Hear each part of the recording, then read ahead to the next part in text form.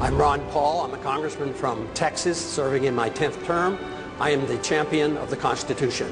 You get the sense that the country is desperate for someone to show us the way. Not the old way, not the same way, but a new way. Ron Paul, who raised more than $5 million in the third quarter, trailing not far behind fellow Republicans like John McCain and Fred Thompson. Ron Paul, who has a huge internet following. He's a congressman, a physician who's delivered more than 4,000 babies. Ron Paul has been married to the same woman for 50 years, which means he doesn't come to the race with a lot of the assorted baggage that some of the other candidates for the White House do. So here's the question. Should more people be listening to what Ron Paul has to say? Ron Paul! Ron Paul! Ron Paul! We have allowed our nation to be overtaxed and overregulated and overrun by bureaucrats. The founders would be ashamed of us for what we're putting up with. Matter of fact, if you look at every single problem we're facing today, it's because of the lack of respect for the rule of law and the Constitution. The right guy is the guy who's anti-government, anti-war, pro-personal liberty, pro-economic freedom.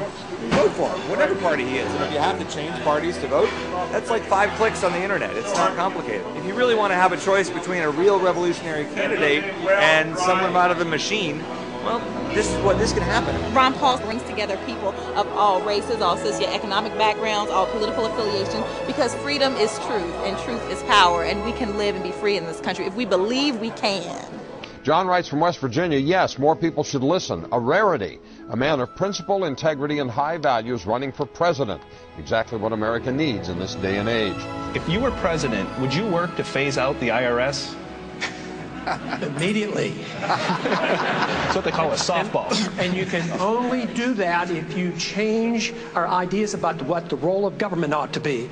If you think the government has to take care of us from cradle to grave, and if you think our government should police the world and spend hundreds of billions of dollars on a foreign policy that we cannot manage, you can't get rid of the IRS. But if you want to lower taxes, and if you want the government to quit printing the money to come up with shortfall and cause all the inflation, you have to change policy. Congressman Ron Paul, you appear to have consistent, principled integrity. Americans don't usually go for that. 1,500 people packed into the War Memorial Auditorium to see Paul speak. The Republican is making waves for his anti-war limited government positions. This is just a small example of the types of things that are happening really across the country. Why are you resonating with people out there? Is it because of your opposition to the war in Iraq? I think that's part of it. I think the message obviously is popular enough. They say, yes, we like the ideas of freedom, the Constitution, limited government, less taxes. But I think the other part is people are worried, more so than I think the politicians on the Hill understand. What is going on? I want to stand and listen to the answer to my question. Why are you arresting me for asking you? Help!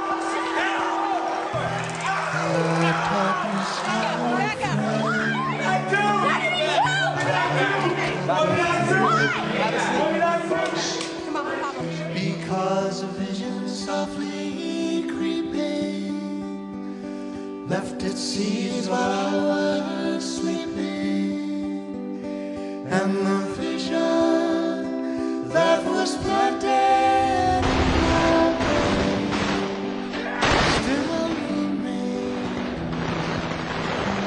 Congressman Paul, I believe you are the only man on the stage who opposes the war in Iraq.